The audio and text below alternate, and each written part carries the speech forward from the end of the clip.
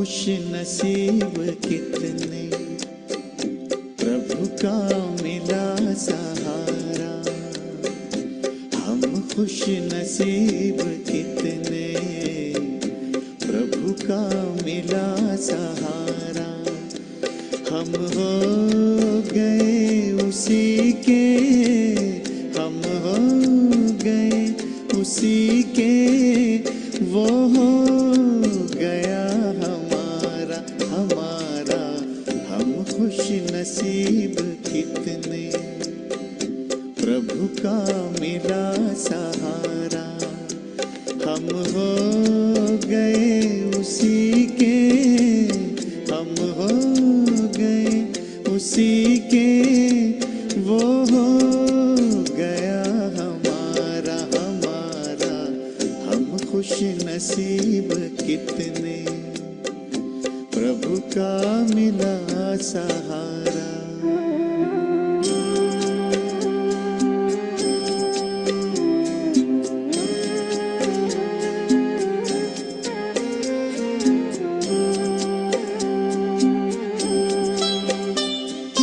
हर रोज वो सवेरे आकर हमें जगाता, मेरे लाडलो उठो कहे, बड़े प्यार से उठाता। हर रोज वो सवेरे आकर हमें जगाता, मेरे लाडलो उठो कहे, बड़े प्यार से उठाता। क्या सोते जगते हर पल देखूं वही नजारा। हम हो गए उसी के, हम हो गए उसी के, वो हो गया हमारा हमारा। हम खुश नसीब कितने, प्रभु का मिला सहारा।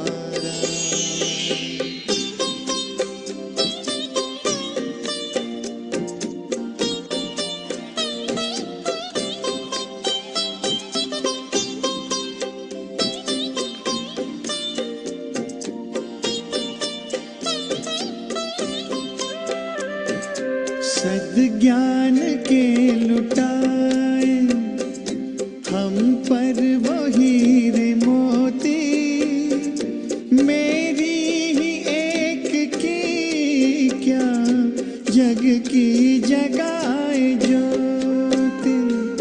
सद्ज्ञान के लुटाए हम पर वो हीरे मोती, मेरी ही एक की क्या जग की जगाए ज्योति।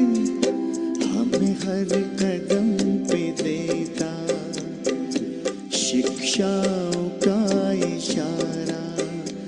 हम हो गए उसी के, हम हो गए उसी के, वो हो गया हमारा हमारा। हम खुश नसीब कितने, प्रभु का मिला सहारा।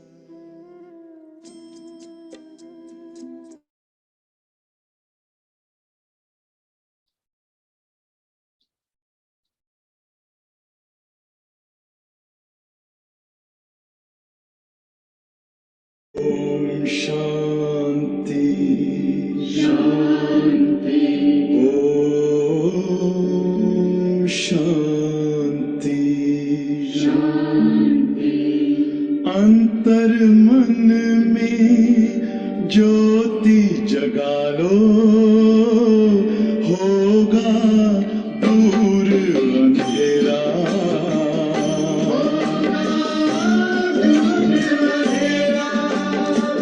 शिव का कर लो ध्यान, आ रहा पावन पुण्य सवेरा। पावन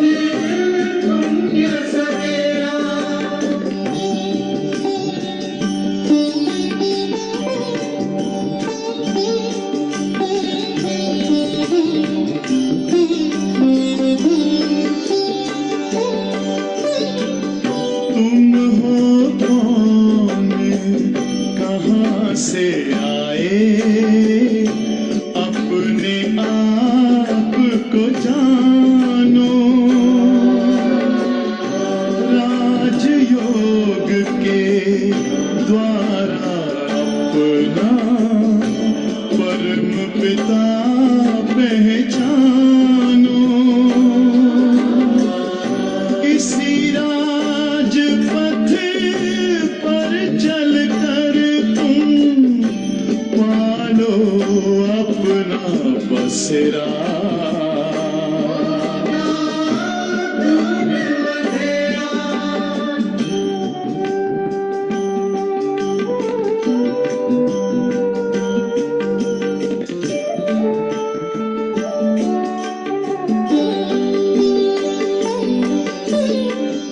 तुम हो आत्मा तन से न्यारे परमात्मा को प्यारे दिव्य गुणों को धारण करके योगी बनो दुलारे ज्योति बिंदु ही तोड़ेगा ये माया मोह का घेरा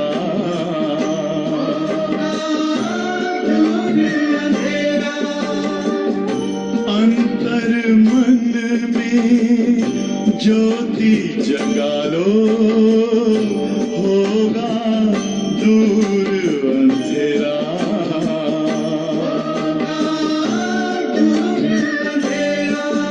ओम शांति ओम शांति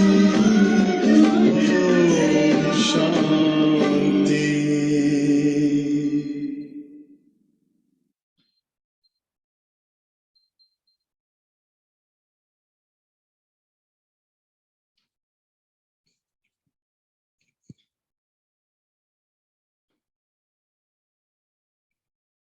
ओम शांति।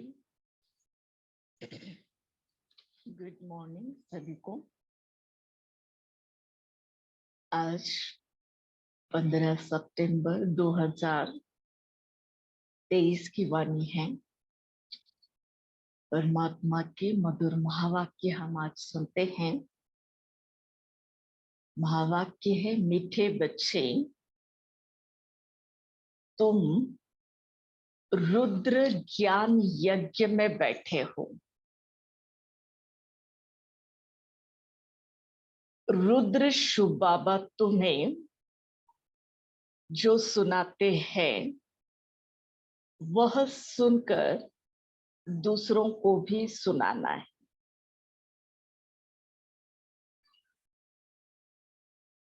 तुम रुद्र ज्ञान यज्ञ में बैठे हो। रुद्र शुभ बाबा तुम्हें जो सुनाते हैं वह सुनकर दूसरों को जरूर सुनाना है। प्रश्न है आज का, बाबा ने भी यज्ञ रचा है और मनुष्य भी यज्ञ रचते हैं, दोनों में कौन सा मुख्य अंतर है? बाबा ने भी यज्ञ रचा है और मनुष्य भी यज्ञ रचते हैं, तो दोनों में मुख्य कौन सा अंतर है? उत्तर है, मनुष्य रुद्र यज्ञ रचते हैं कि शांति हो, अर्थात विनाश न हो। लेकिन बाबा ने रुद्र ज्ञान यज्ञ रचा है कि इस यज्ञ से विनाश ज्वाला निकले और भारत स्वर्ग बने।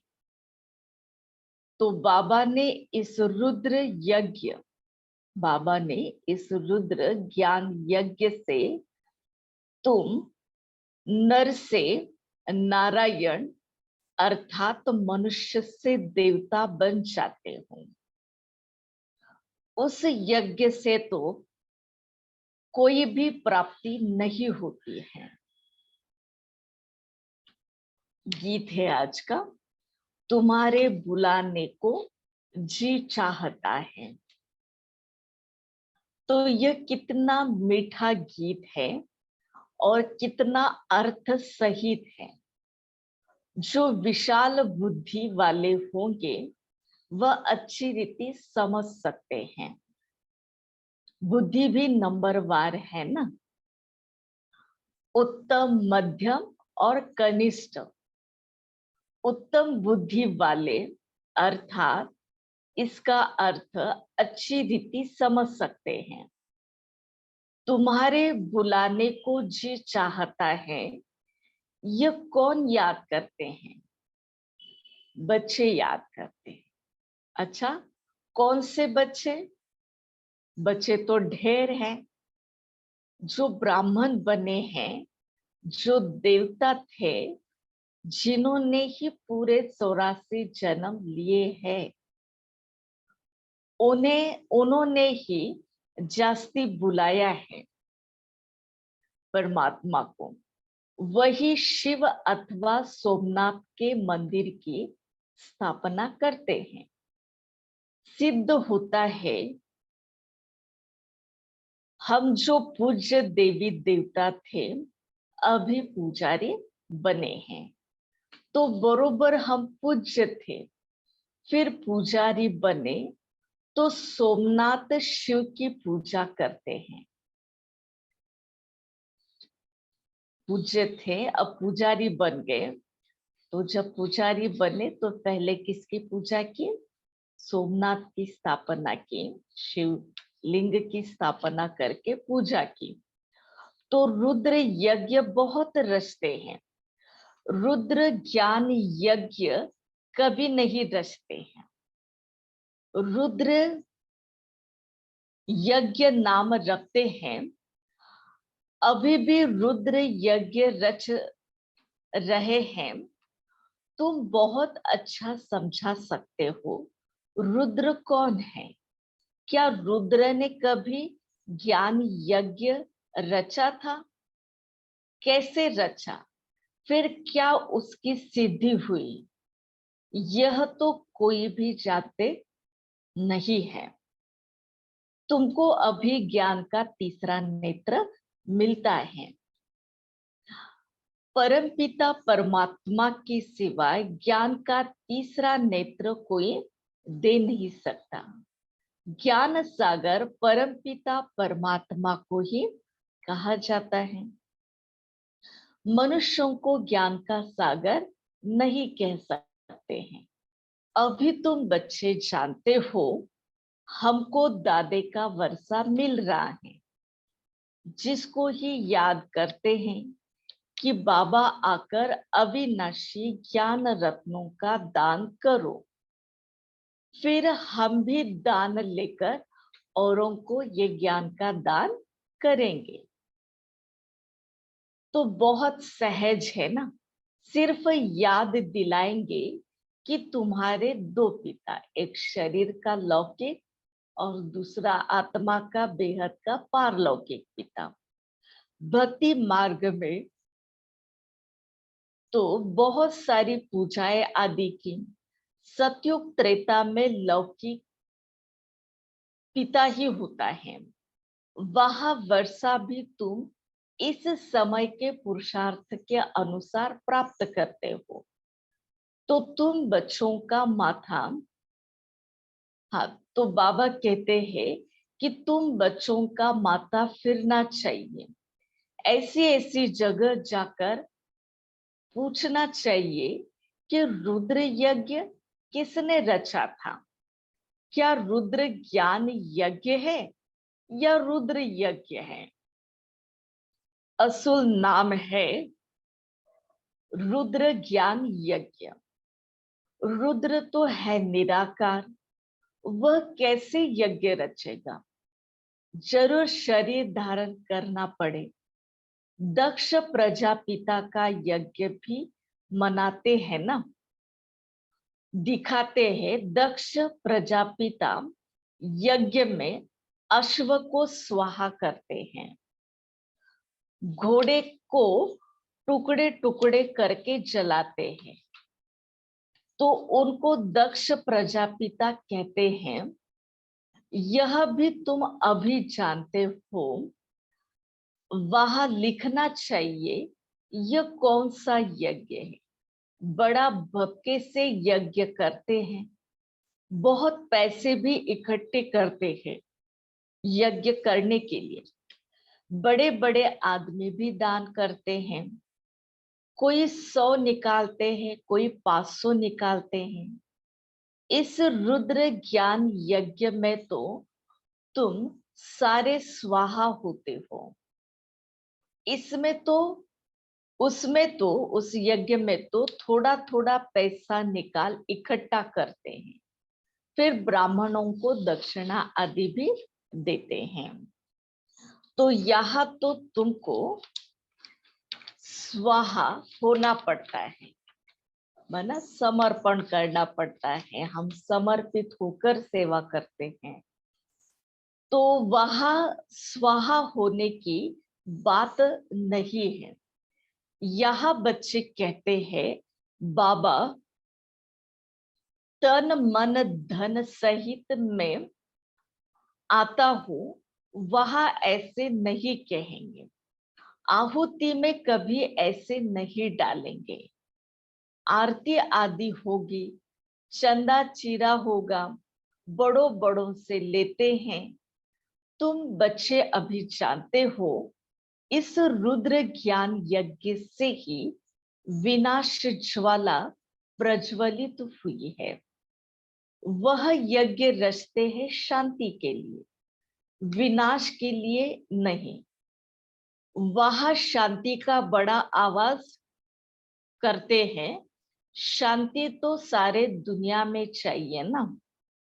परमात्मा है शांति का सागर। तुम बच्चों को अर्थ समझाया जाता है। अखबार पढ़ते हो तो ख्याल चलना चाहिए, कैसे हम सबको जाकर ज्ञान समझाएं। बाबा जानते हैं कैसे बीके दुकान संभाल रहे हैं। सेठ का कौन सा दुकान अच्छा चलता है, कौन सा मैसेंजर अच्छा है, वह तो गुड़ जाने, गुड़ की गोथरी जाने। ये ब्रह्मा है गोथरी, यह बड़ी रमणीक बातें हैं। तो रुद्र ज्ञान यज्ञ के लिए तो लिखा हुआ है, इससे विनाश ज्वाला निकली। वह यज्ञ करते हैं शांति के लिए। यह है सच्चा सच्चा रुद्र ज्ञान यज्ञ। उन ब्राह्मणों के तो अनेक सेठ होते हैं, यह तुम ब्राह्मणों का एक ही सेठ है। बाप है रुद्र। रुद्र बाप को कहो, शिव को कहो, सोमनाथ को कहो। उसने ज्ञान यज्ञ रचा जिसमें तुम बैठे हो। वह यज्ञ तो 2-4 दिन चलेगा। तुम्हारा यह रुद्र ज्ञान यज्ञ तो बहुत बड़ा है, इसमें टाइम लगता है। यह है नर से नारायण अथवा मनुष्य से देवता बनने का यज्ञ। वह तो ऐसे कभी कहेंगे नहीं। बाबा बैठ समझाते हैं, कैसे इन्हों को हम जाकर ज्ञान समझाए, सावधान करें। बड़ों बड़ों को बोलो, यह तुम तो यज्ञ रचते हो, उसमें भूल है। परमपिता परमात्मा कल्प के संगम युग पर आते हैं। शास्त्रों में युगे युगे लिख दिया है, यह भूल कर दी है। वैसे ही रुद्र यज्ञ रचते हैं। वास्तव में रुद्र ज्ञान यज्ञ शिव का नाम ही रुद्र है। शिव परमात्मा का ही नाम रुद्र है। तो वह आकर इस ज्ञान यज्ञ को रचते हैं। जैसे इब्राहिम ने अपना इस्लाम धर्म स्थापन किया, बुद्ध ने बौद्ध धर्म स्थापन किया, वैसे रुद्र का है ज्ञान यज्ञ जिससे विनाश ज्वाला प्रज्वलित होगी। तो गोया वो लोग शांति के लिए यज्ञ रचते हैं, अर्थात विनाश नहीं चाहते हैं। स्वर्ग की स्थापना के लिए तो नरक का विनाश, अवगुणों का, विकर्मों का विनाश तो होना बहुत जरूरी है। तो यह अच्छा है ना, विनाश होना, यह बाबा कहते हैं अच्छा है ना। भारत है अविनाशी खंड, जरूर भारत के मनुष्य संप्रदाय बहुत ज्यादा होने चाहिए। आदि देवी देवता धर्म था, उनको सारा कल्प हुआ है। शास्त्रों में 33 कोटि लिख दिया है, परंतु यह भी समझाना चाहिए जरूर, और धर्म वालों से देवता धर्म की आदमशुमारी जास्ती होगी, लेकिन वह कन्वर्ट हो गए हैं। तो कैसे निकले? बौद्धि, क्रिश्चियन, मुसलमान आदि जाकर ढेर बने हैं, इसलिए थोड़ी संख्या हो जाती है। तो यह भी ड्रामा है। तो इसमें समझने की बड़ी विशाल बुद्धि चाहिए। जब तक बुद्धि में ज्ञान नहीं बैठा है तो सिर्फ अर्पणमय होने से क्या फायदा। अर्पणमय तो ढेर बनते हैं, परंतु जो अच्छी रीति धारणा कर और कराते हैं, प्रजा बनाते हैं, वही अच्छा पद प्राप्त कर सकते हैं। तो ये गीत अभी एक्यूरेट है। बुलाने को जी चाहता है। सबसे पहले 84 जन्म किसने लिए हैं? जो पहले पहले थे वह थे देवी और देवताएं, सो भी भारत में थे। अभी तो कोई कहा कन्वर्टर हो गए हैं, कोई तो बाहर, भारत से भी बाहर चले गए हैं। नहीं तो वास्तव में भारत जैसा, नहीं तो वास्तव में भारत वैसा बड़े से बड़ा तीर्थ और कोई है ही नहीं। और सभी धर्म स्थापक जो है उनको भी पावन बनाने के लिए भगवान को भारत आना पड़ता है, क्योंकि सब पतित बन गए हैं। सबको पावन बनाने वाला एक है। यह तुम बच्चे अभी जानते हो। तुम्हारे में भी नंबरवार यथार्थ रीति जान सकते हैं, है ना। बाबा कहते हैं हम बच्चों में भी क्या है, नंबरवार बुद्धि अनुसार समझते हैं।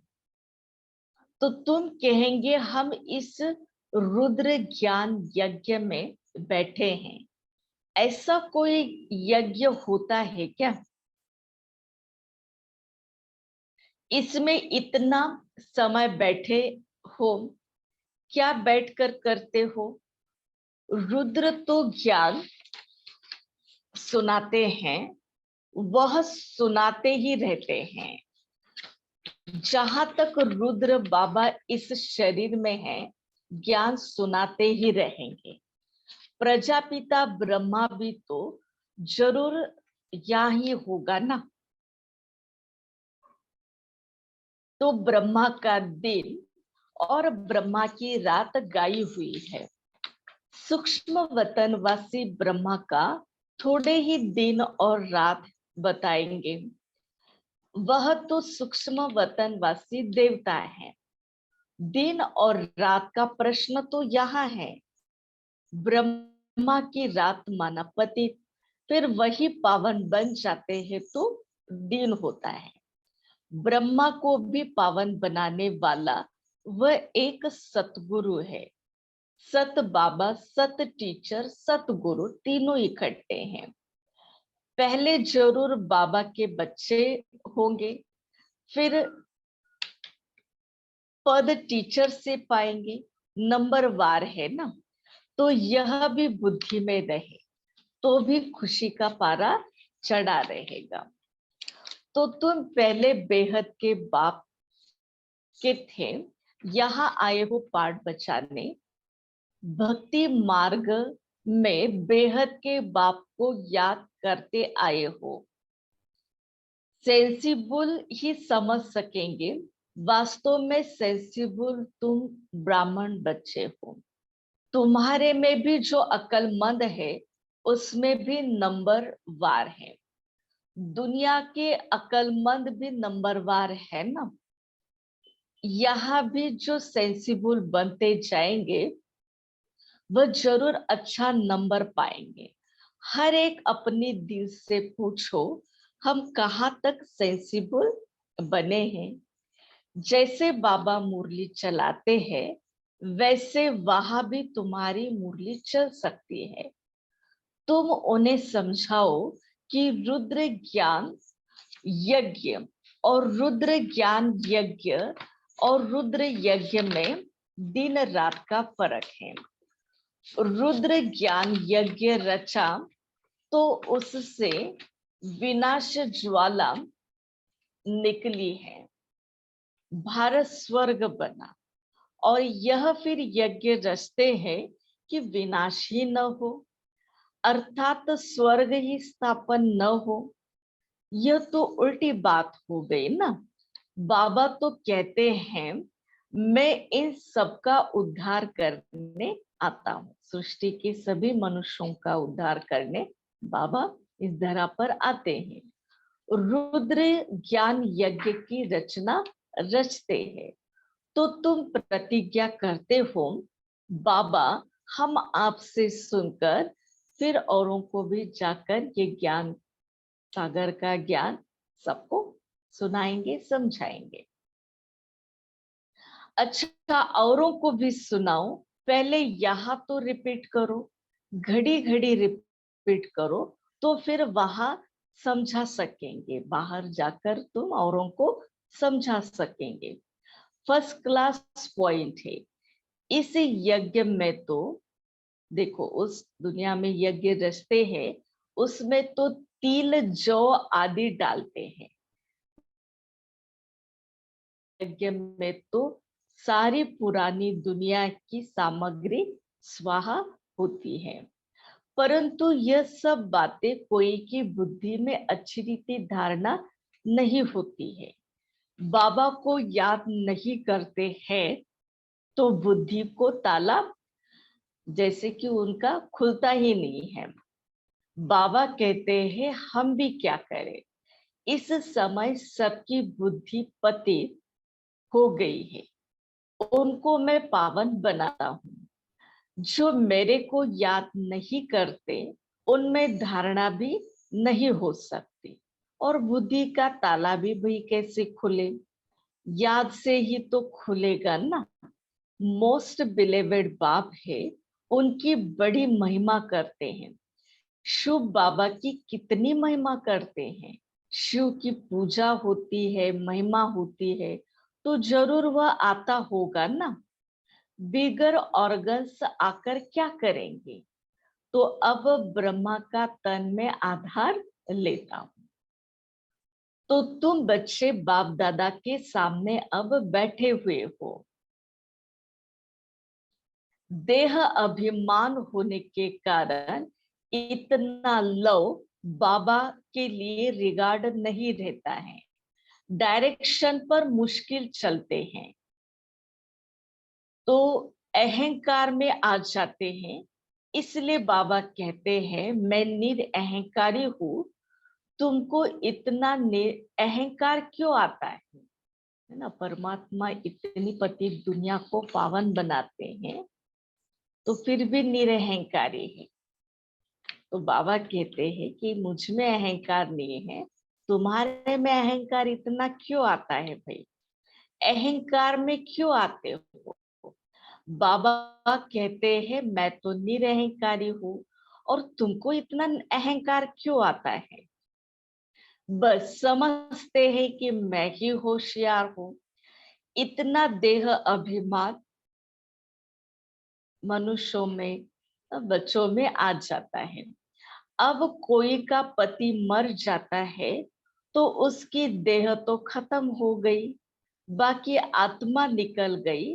फिर ब्राह्मण में आत्मा को बुलाते हैं, देह को नहीं बुलाते हैं।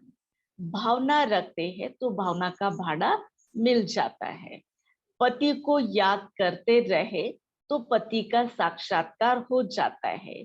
बाबा साक्षात्कार तो कराएंगे ना, तो भावना का भाड़ा बाबा देते हैं साक्षात्कार करा के। ऐसे बहुतों का प्यार होता है, आएगी तो आत्मा ही ना। कोई का स्त्री में प्यार होता है तो भावना का भाड़ा मिल जाता है। स्त्री को देख लेते हैं, चीज ले आते हैं, खुद उनको पहनाते हैं। ऐसे बहुत कुछ होता आया है। आगे बहुत विधि से खिलाते थे, जैसे गणेश जी को अथवा नानक आदि को याद करते हैं तो उनका साक्षात्कार हो जाता है। ऐसे बहुतों को हो सकता है, परंतु ये चाबी एक बाबा के हाथ ही है ना। साक्षात्कार कराने की चाबी तो एक बाबा के पास ही है, जो हमें जिसमें भावना है, जिसके हम श्रद्धा से याद करते हैं, तो भावना का भाड़ा साक्षात्कार के रूप में मिल जाता है। तो बाबा कहते हैं ये साक्षात्कार की बातें भी ना इस ड्रामा में नोंद हुई है। तो साक्षात्कार कराया, ड्रामा चला, ठहरता नहीं है। ड्रामा को भी अच्छी रीति जानना होता है। अरे बाबा का तो अच्छी रीति रिगार्ड रखो। बाबा में इतना रिगार्ड प्यार रखना बड़ा मुश्किल समझते हैं वह तो निराकार है। कहते हैं वह तो इनका रथ है, हमको इनको हम क्या करेंगे, हम तो निराकार को ही याद करेंगे। अच्छा, निराकार की गोद में जाकर दिखाओ, निराकार साथ खाओ पियो, तुम उनके पास क्यों आते हो?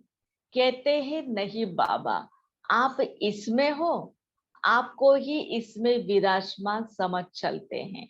यह बड़ा मुश्किल किसकी बुद्धि में रहता है।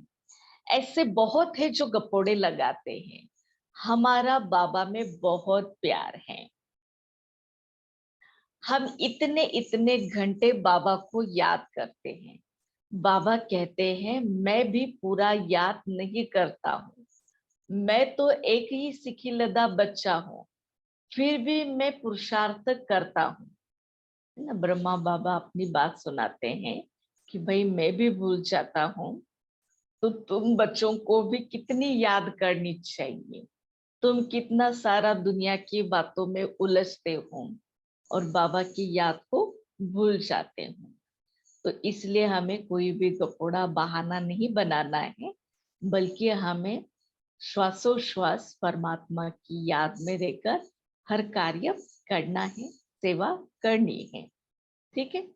अच्छा, मीठे मीठे सिखिलदे बच्चों प्रति माता पिता बाप दादा का याद प्यार और गुड मॉर्निंग। रूहानी बाप की रूहानी बच्चों को नमस्ते।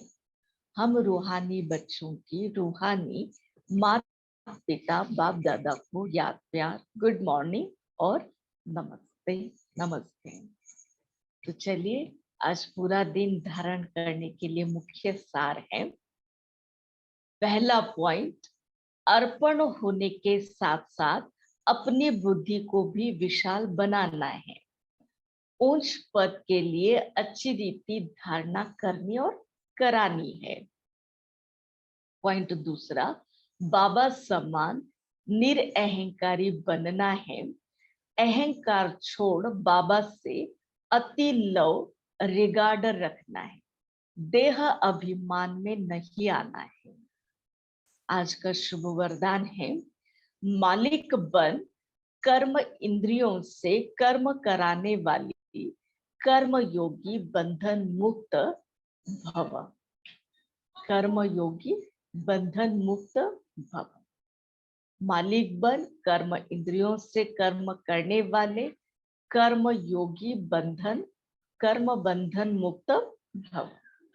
तो विस्तार है इसका, ब्राह्मण जीवन कर्म बंधन जीवन नहीं, कर्म योगी जीवन।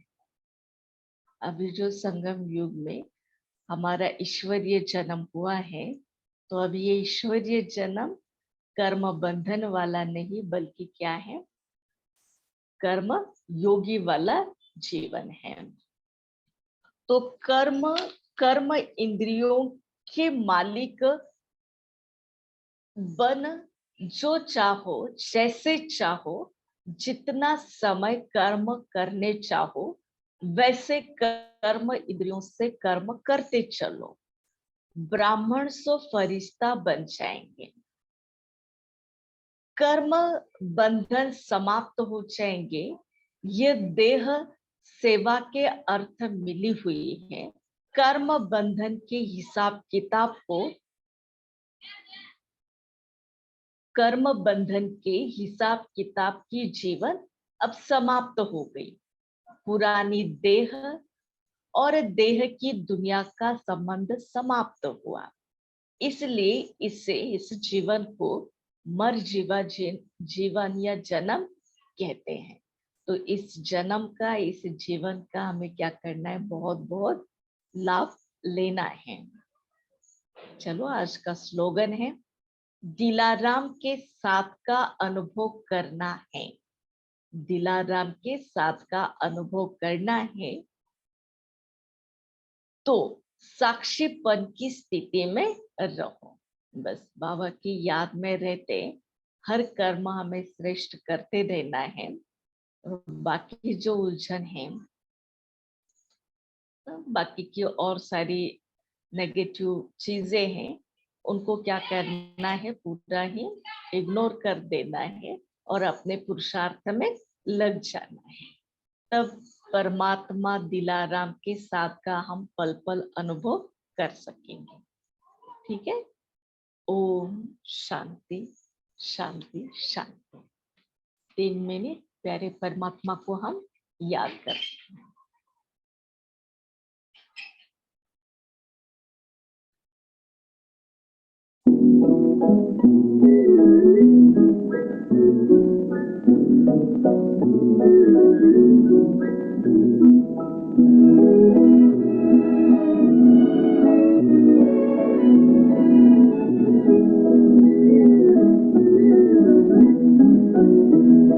बदल जाए दुनिया न बदलेंगे हम, तुम्हारी कसम। बदल जाए दुनिया न बदलेंगे हम, तुम्हारी कसम। तुम्हारे हैं जब तक के दम में है दम, तुम्हारी कसम।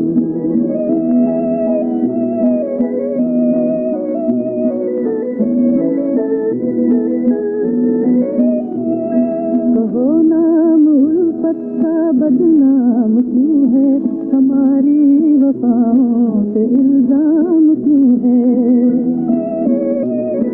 कहो नाम उल्फत का बदनाम क्यों है, हमारी वफाओं पे इल्जाम क्यों है। बताओ तो होगा तुम्हारा करम, तुम्हारी कसम।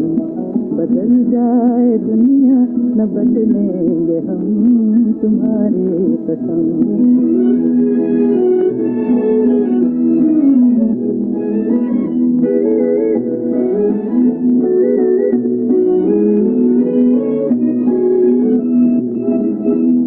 ये माना है मुश्किल मोहब्बत की राहें, अगर डाल दी तुमने बाहों में बाहें। ये माना है मुश्किल मोहब्बत की राहें, अगर डाल दी तुमने बाहों में बाहें। खुशी से कहेंगे तुम्हारे सितम, तुम्हारी कसम। बदल जाए दुनिया न बदलेंगे हम, तुम्हारी कसम।